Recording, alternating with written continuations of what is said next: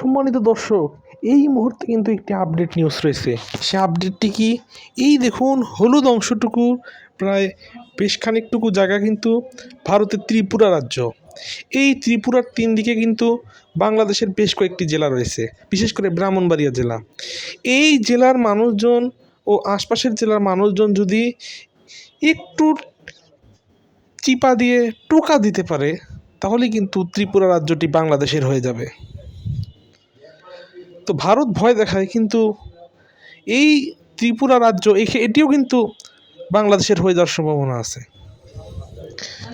ছবিতে আপনারা দেখতে পাচ্ছেন মৌলভীবাজার, হবিগঞ্জ, কিশোরগঞ্জ, নরসিংদী, কুমিল্লা, ব্রাহ্মণবাড়িয়া, ফেনী, খাগড়াছড়ি এই কয়েকটি জেলার মানুষজন যদি একটু একত্র হয়ে একটু ঠাসা দিতে পারে, তাহলে ত্রিপুরা রাজ্যটিও কিন্তু আমাদের হয়ে যেতে পারে।